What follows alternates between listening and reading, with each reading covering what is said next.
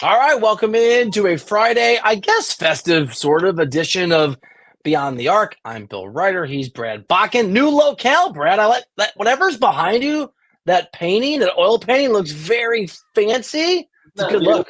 I'm at my Yeah, sister's house in San Diego. She got that. I believe we took a kind of a family trip to Italy, and she got that somewhere on the Amalfi Coast. It's very pretty. it's beautiful. All right, let's do a beautiful show. We're gonna revisit the Karl Anthony Towns Julius Randle trade coming off Cat's return to Minnesota. We'll get into the topic that I've been covering the entire season. Are the Bucks for real? Do we believe in them coming off that I guess it's a champion. Is it a title? Is it an NBA Yeah, Cup title? yeah, Whatever. yeah. Can I call it a title? The Lakers sort of made it like hanging a banner. So, but now They, but the Bucks the are league like made them. taking the high road. They're not even celebrating it. They got the quote, bigger fish to fry. Well, whatever it is that they won, we're going to talk about the run that they're on. Brad's got a really good look at maybe some players, some substars that have been huge to their teams that have gone under the radar a little bit because they're not superstars, but they've been really important. We'll do some bold predictions. We've got a team of the night. I've got a very important one lined up. But let's start with the state of the NBA. And I was thinking about this, Brad, about whether the sport is in a problematic mode. When I was in Vegas for the NBA Cup, I wanted to be into it. I like the idea of the Cup. I personally like the games, but the energy and the vibe was so different on the floor where those guys were really competing versus the stands, where it was tourists who were coming in for 40 or $50. There weren't a lot of traveling fans. The energy was pretty low. The news came out about the official news about the new All-Star game format. And this, I think, begs the question. There was a lot of conversations among media and league officials. Is the league in a bad spot? Is that a real thing? And LeBron took this to another level last night because when he was asked about the All-Star game changes, whether he liked them, as you'll see here, he actually pivoted to a broader critique from LeBron James on the league itself. Got to do something. Obviously, the last couple of years have not been a great All-Star game that Sunday night. Um, but I mean, listen, it's a bigger conversation. It's not just the All-Star game. It's our game in general. Our game is it's a lot of fucking threes being shot. So it's a bigger conversation just the All-Star game. So what really struck me about this, Brad, beyond the candor, and it's LeBron James, is it absolutely reflected the conversations that were being had in Vegas around that event. What's supposed to be this celebratory moment, right? The culmination of this new tournament in year two became talks about, is the league healthy? Is it not healthy? A lot of varying views. Are you with LeBron? Does the NBA have a problem? Does it have a 3-point problem? I am with LeBron, but it's for a different reason. I think it has to do with the ecosystem in which we all exist now, in terms of all the options we have for entertainment. I assure you, if you go back, there's a lot of romanticizing in hindsight, a lot of retroactive romanticizing in terms of what the game was like in the good old days when teams played various styles and you had mid-range shots and you had hand checks and people competed and the players weren't friends and all these things we romanticize and rivalries. I assure you there was a lot of paint drying basketball. I sometimes go back and watch 80s, 90s basketball. The defense is not what you think it was. It's a pretty boring, unspaced style of basketball. So it had its own issues too, but it didn't have the options that it had to compete with from an entertainment standpoint. And now the NBA has to be really, really good to compete with all the options that you have on your entertainment ledger. And so I do agree with LeBron that it has become largely a very, very, very, very talented pickup game. It is either cook your guy one-on-one and get to the rim, or it is shoot a three. And that is what you'll find at any pickup game around the world. And it just happens to be the best athletes playing it. And it ends up being, to me, and this is somebody who watches the NBA every night, I can imagine for a casual viewer tuning in, it all looks the same. It all looks the same. And I think it's not only the volume of threes that are being shot, but it ends up devaluing the guys that are actually, because three-pointers are fun. Remember when they first started with Steph Curry, there was nothing. They can be. I mean, I don't like last night watching the Celtics shoot 56 threes and miss a big chunk of them wasn't fun. Like Steph's fun. It's Well, like that's anything exactly else. what was going to be my point, is that three-pointers are fun. But when everybody shoots them, and you saturate that, and Steph Curry becomes no different than Victor Wembanyama or Jason Tatum or Karis LeVert, who's, having a great year, or Tyler Hero, because he's completely changed his shot diet and shoots nothing but threes or at the rim. So when everybody starts doing it, then Stephen Curry is still special, but it's less special when everybody's taking 9 to 10 3-pointers. Yes. And that's the problem. 3-pointers, when they first came in, the reason they got so big from an entertainment standpoint, we know why they got so big from a math standpoint. But from an entertainment standpoint, the reason is they are exciting. They took over. Sometimes it gets old to watch 6'8" guys dunk too. Like if everyone's just dunking and it's all just 12-foot mid-range, that gets old too. Everything gets old if it's all that you see. And it's the whole variety is the spice of life thing. There's no variety now. Whether you're Steph Curry or Jeremy Grant, you're launching up threes. And to me, from an entertainment standpoint, which is the most important thing in the NBA, it's the reason everybody has jobs, it is a problem. I think it goes beyond variety and the spice of life because the NFL still dominates, and the product the NFL puts out, they could put out the same product for the next 10 years and people I think are going to watch nonstop. My analogy is going to be, and you brought up the math, and this is, by the way, this is true beyond sports, right? I mean, technology, math is going to change everything that we do because it's more efficient, but it doesn't mean that it's more joyous. Like see AI 3 or 4 years from now.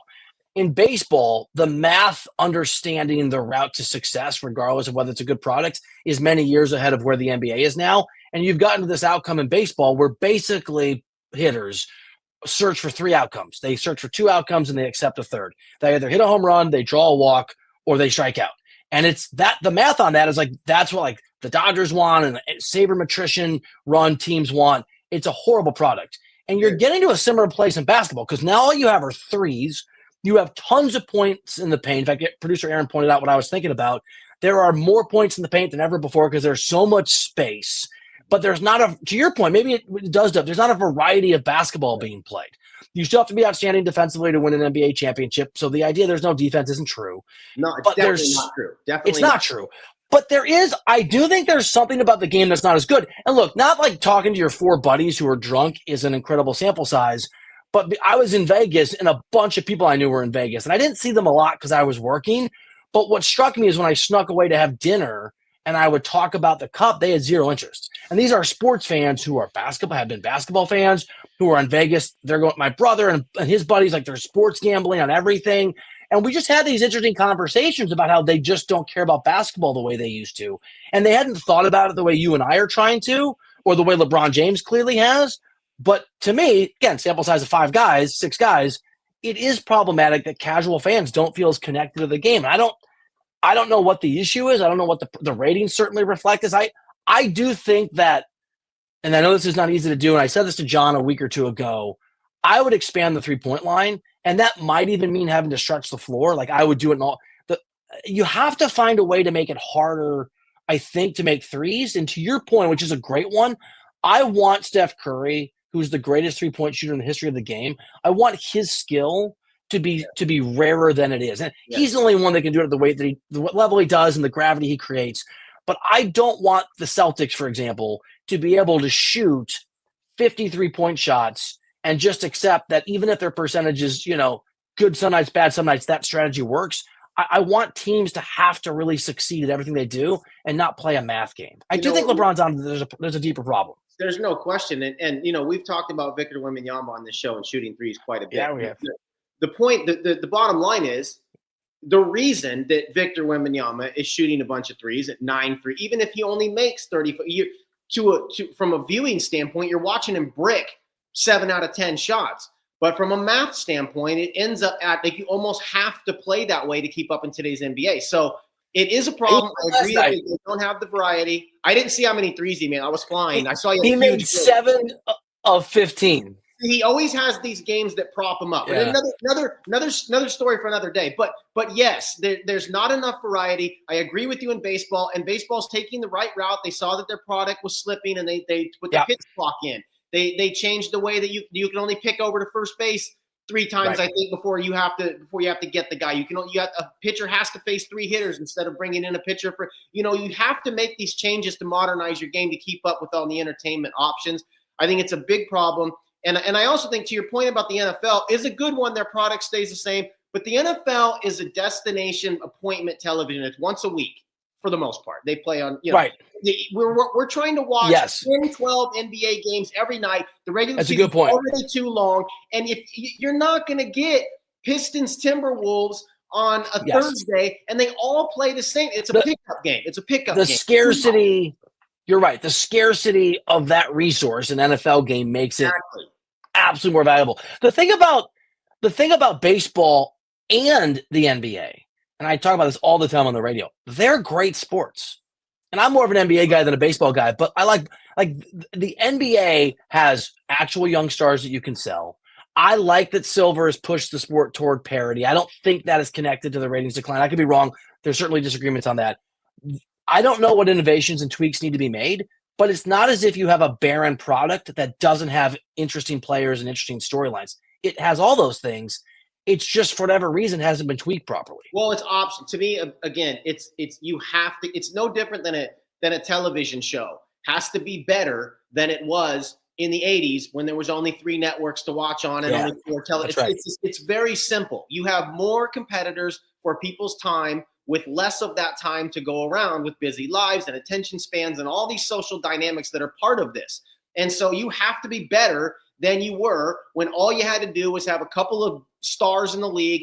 Everyone says, we need our new Bird and Magic. Like, we have great players now, but that's not enough to carry the league given all the other options. It's a different time. It's not fair to say we need, the league was better when it had the Celtics and the Lakers. Like, that still wouldn't carry it. You couldn't come up with a great rivalry right now and all of a sudden people would love the NBA. So to some degree, this is built into the fabric. It's not going to be the isolated event that it was before, but you have to modernize. You have to keep the fans in mind. You have to do these things because you're just going to have every team make the playoffs.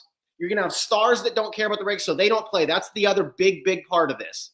Is I always say you go to a Broadway show, you're going to see the lead actor. You go to an NBA game, you're flipping a coin, and you're paying a lot of money to be there. And so the load management idea that nobody takes the playoffs, the regular season seriously because everybody makes the playoffs. There's so much parity. It doesn't matter if you're a 6 seed or a 3 seed. All these things baked into this pie with all these options for entertainment, and you have to get better. And to me, the product's getting worse when everybody shoots 3-pointers. I think it's very, very simple. Now the second part of that is how do you fix it? That's not our job. I think we've identified there is a problem, but let's also, how much did they just get for this new media deal? Like, we always talk about these ratings going down, but they must not be going down that much. Well, no, I'll push back on that because baseball's ratings aren't great. Baseball's ratings are great locally and not great nationally. It's just complicated. There's just such a dearth of ways that you can get people to watch something that's not recorded. And there's so much competition now with Amazon coming into the mix, and Netflix just landed the Women's World Cup for 2. I think it's 27 and 31.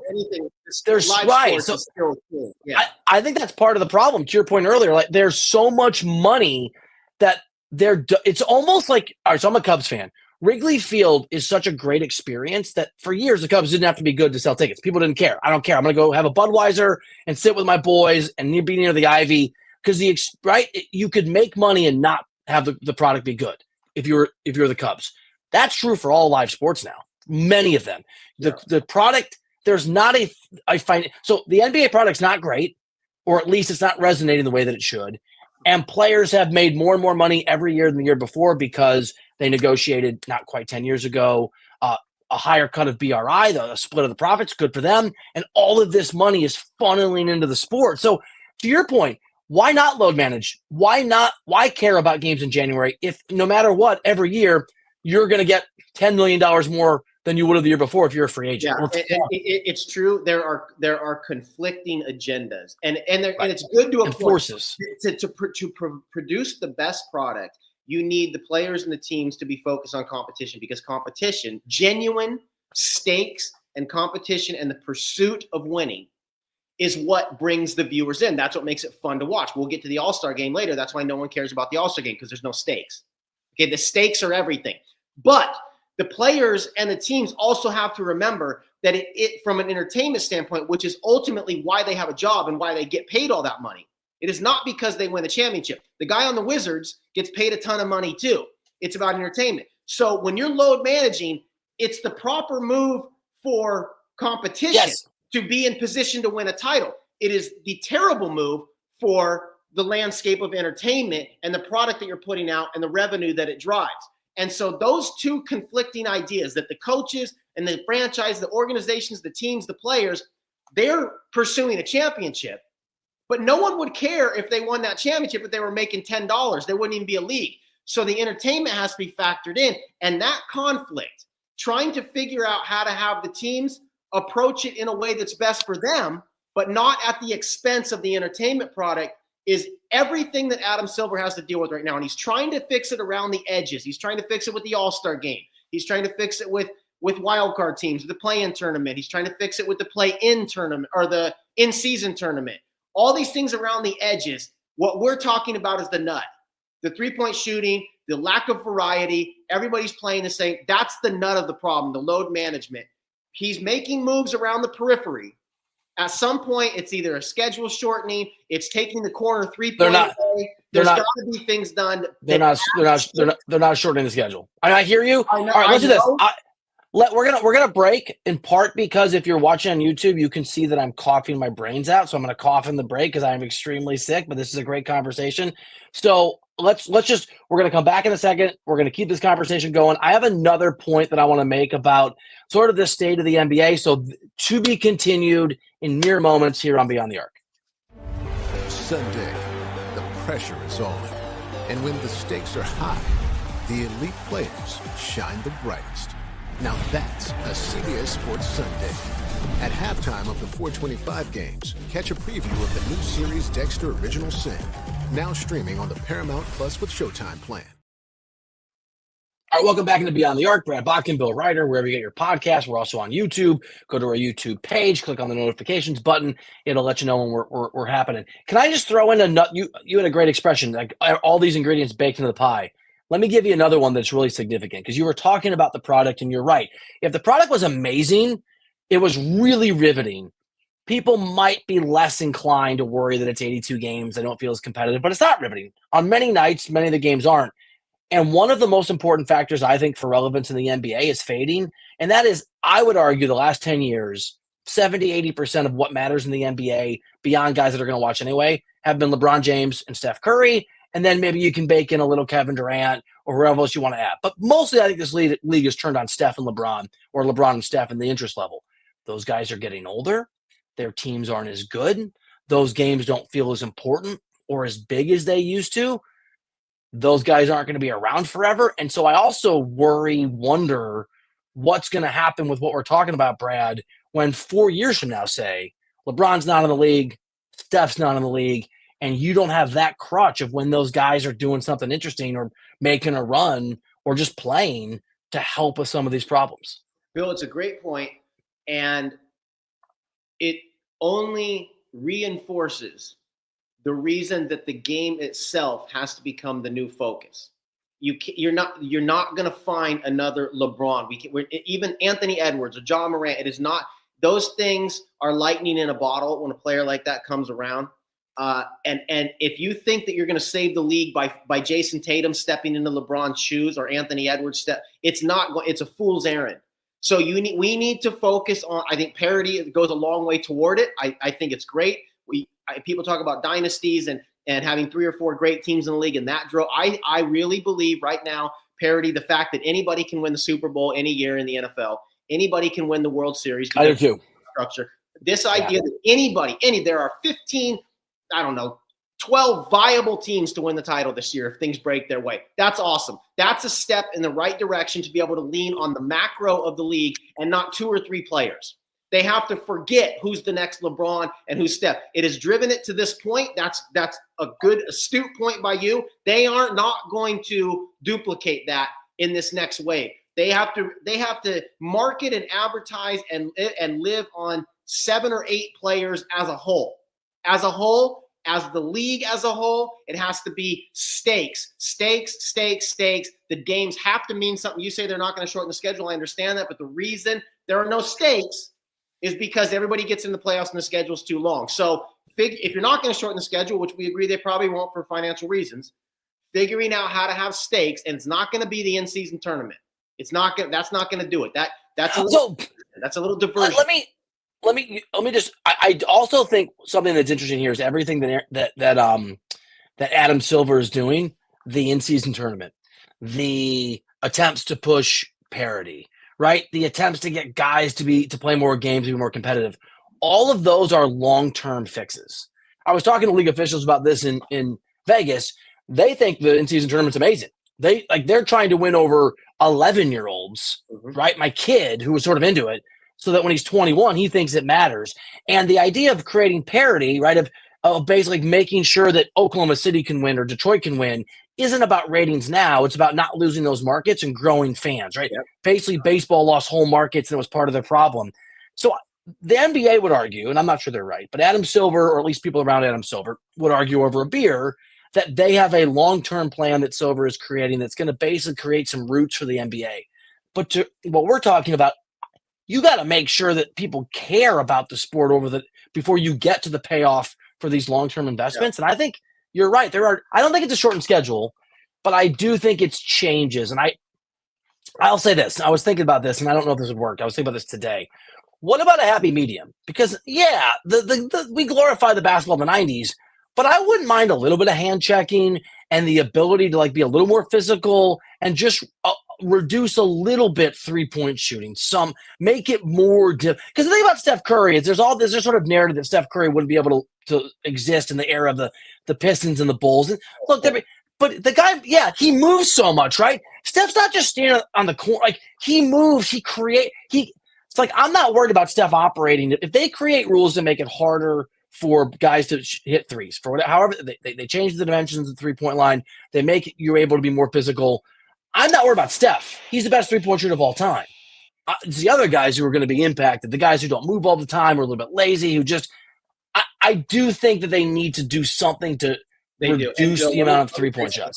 The irony of this is that the evolution of the three-point shot from the mathematical standpoint, the reason that it's become from an entertainment is because the NBA had to evolve from the romance times we're talking about. I assure you, if the NBA hadn't become a three-point league, we would have been having the same conversations in 1992 about we got to do something about all defense, no three-point, everybody just hand checks. It's a brawl out there. It's getting boring. You have to change periodically. And now we've gone too far with the three-pointers. It's time to change again. Everybody has to evolve for whatever reason. And everything in life, we resist change, but it is inevitable and it is necessary in almost every component of life. We have to do this from a sports standpoint. It's not. It's just what it happens. Something is good to start with. It cured an old problem. I assure you. Go back and watch 80s. There is a lot of very boring, mundane, vanilla basketball. Okay, watching Jeff Hornacek come off a pin down and shoot a 12-footer. That would have been boring if everybody did that. Okay, but now everybody's doing this. So we have to evolve. The three-pointer in itself was an entertainment evolution. Now we've gone too far with that. We have to fix it. I don't know if moving three-pointer back, because if you move it back, you might just further incentive the discrepancy between the teams who have the guys. I heard an interesting. I think it was Kurt Goldsberry. I can't remember, and it might be totally radical. He had the suggestion. I heard this on a podcast the other day. I forget where I heard it, but you know how you go into a baseball field. And every team can build their field how they want, conducive to their team. Some of them have a shorter fence. Some of them have a longer fence. They based on speed, the way they cut their grass, all these things. So what if you had in basketball, if you didn't have a three-point shooting team and you were built on defense and you didn't want to lose the three-point game. Okay, you were the Lakers. You couldn't win the three-point game.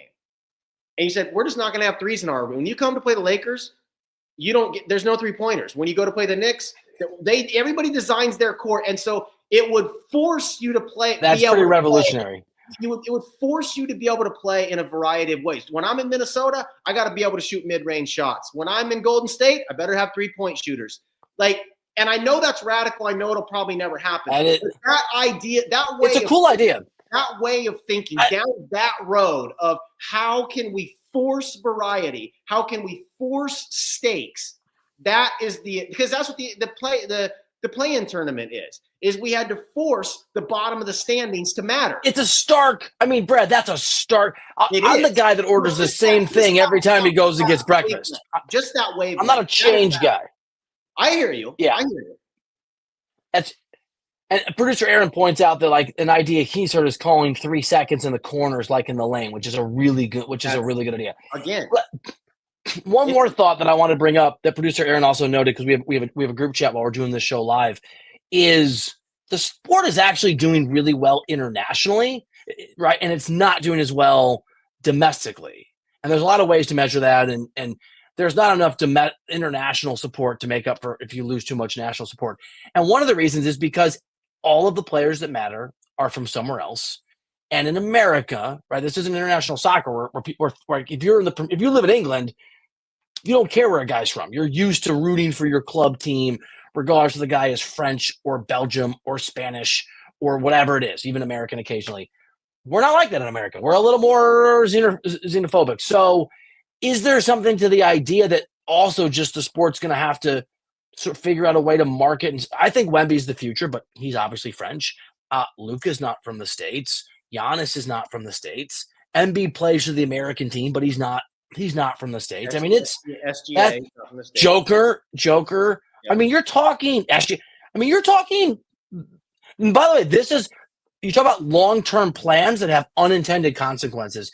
David Stern, I'll never forget. The first time I met Stern and Silver was in like a 1 hour off-the-record meeting when Stern was still commissioner back in like 2011 or 12. We sat in their office for an hour and just shot the breeze.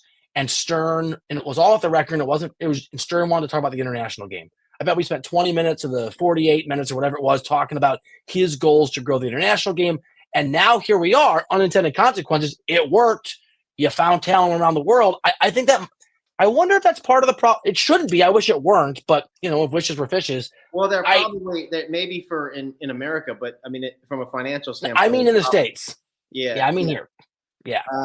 That part's there, I think that's a great part of the game. You're never going to please everyone. I love it too, but I'm just yeah, maybe I don't know. I mean, I don't really care if I'm watching great basketball. I don't care if the guy's from Europe. Maybe some people do. I understand, but I don't know. The NFL appeals to everybody, right? Like it really not to get into okay, if I'm curious if Patrick Mahomes was from Copenhagen, I wonder if it would be different.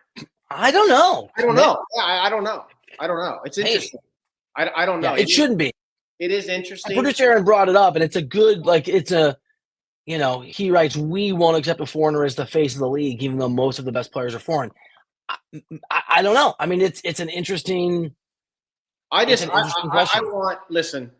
I think fans respond to games mattering. In the end, the stakes have to matter. And if they find a way for that to be true, that's how they'll get through this. To me, the games have to matter. They're trying to do things to force guys to play with you're ineligible for MVP and all that. They're tinkering because they know they have to solve this. And I think, like anything, recognizing that there is an issue and being open to suggestions to changing it, I think they'll get it. I think they'll get it. I just think. We just voted for, Bill, we're in this business too.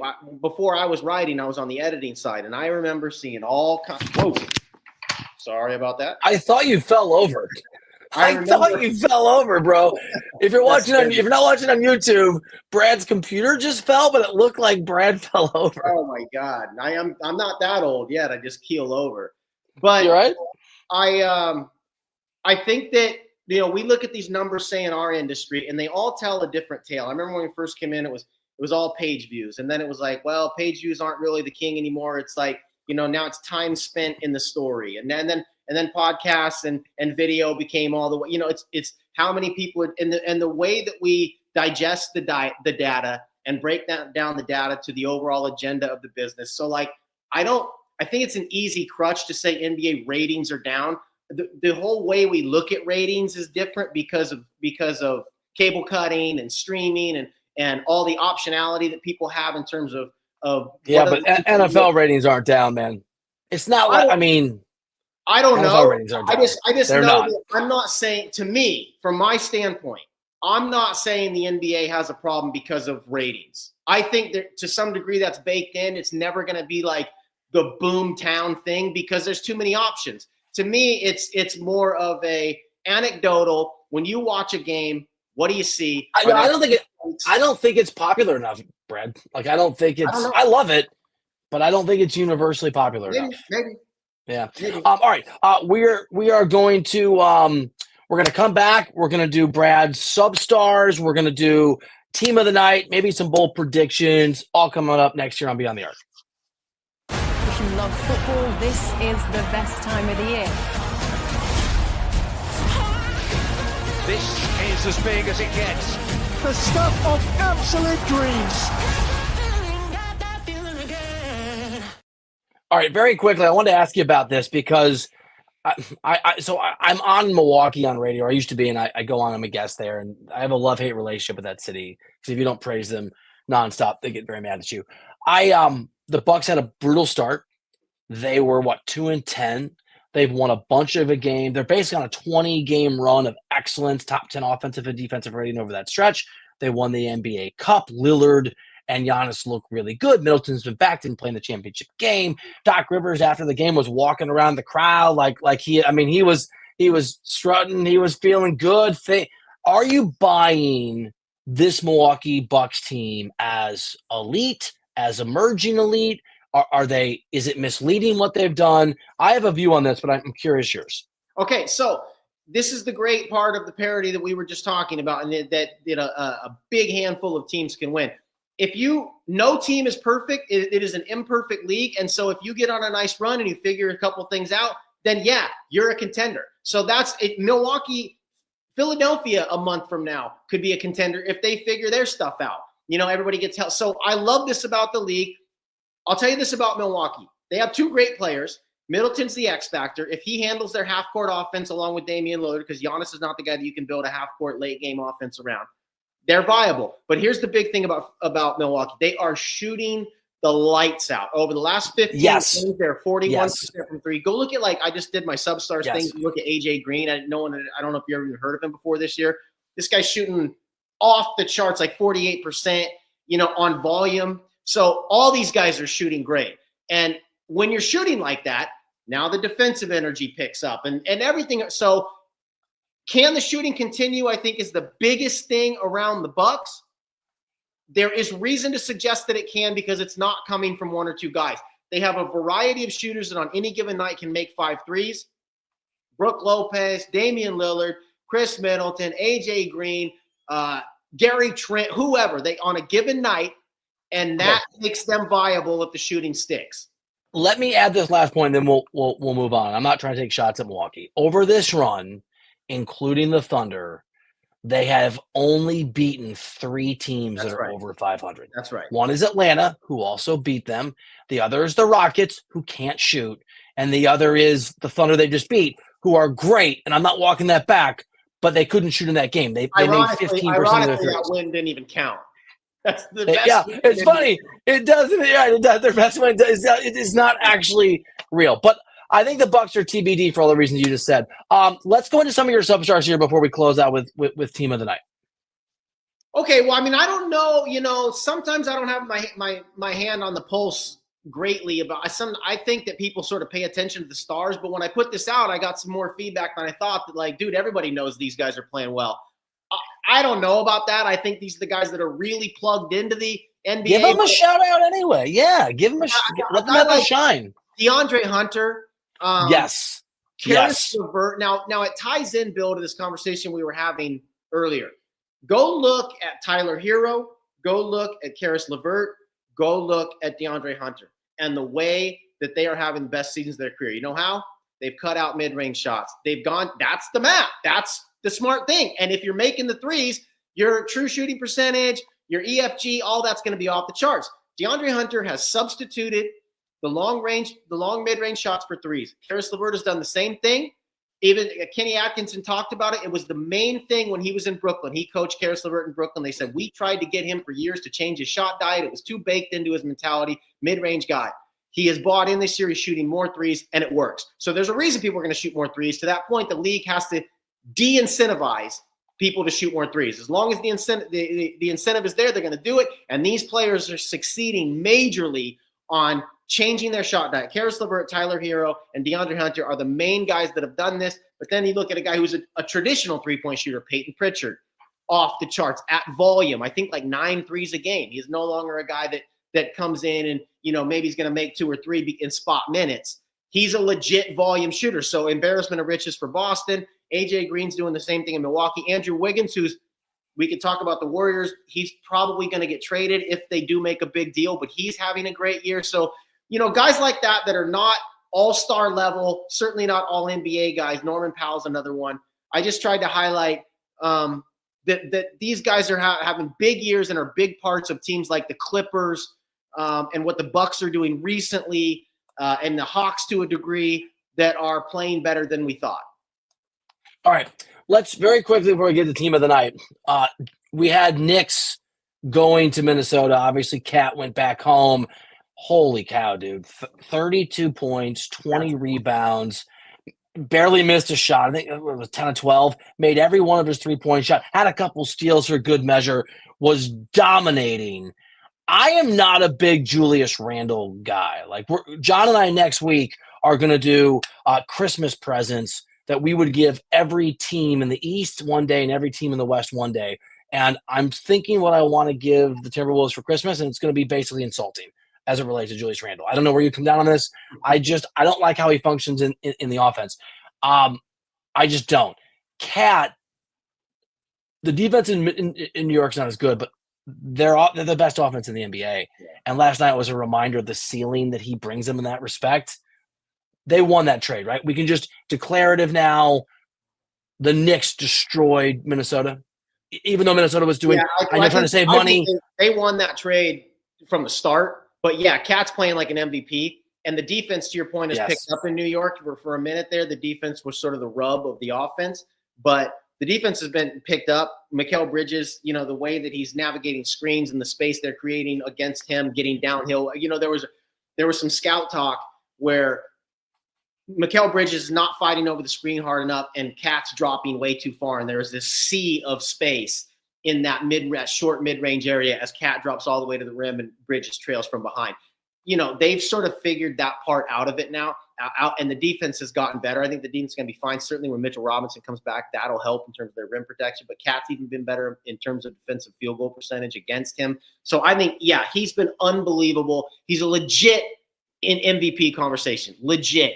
And I also agree with you that I don't like the way I've been on this about even when they've started playing better recently. It's been because of their defense. Their offense is going to have trouble because of the spacing when you have Gobert and Randle on there. Randle was good last night.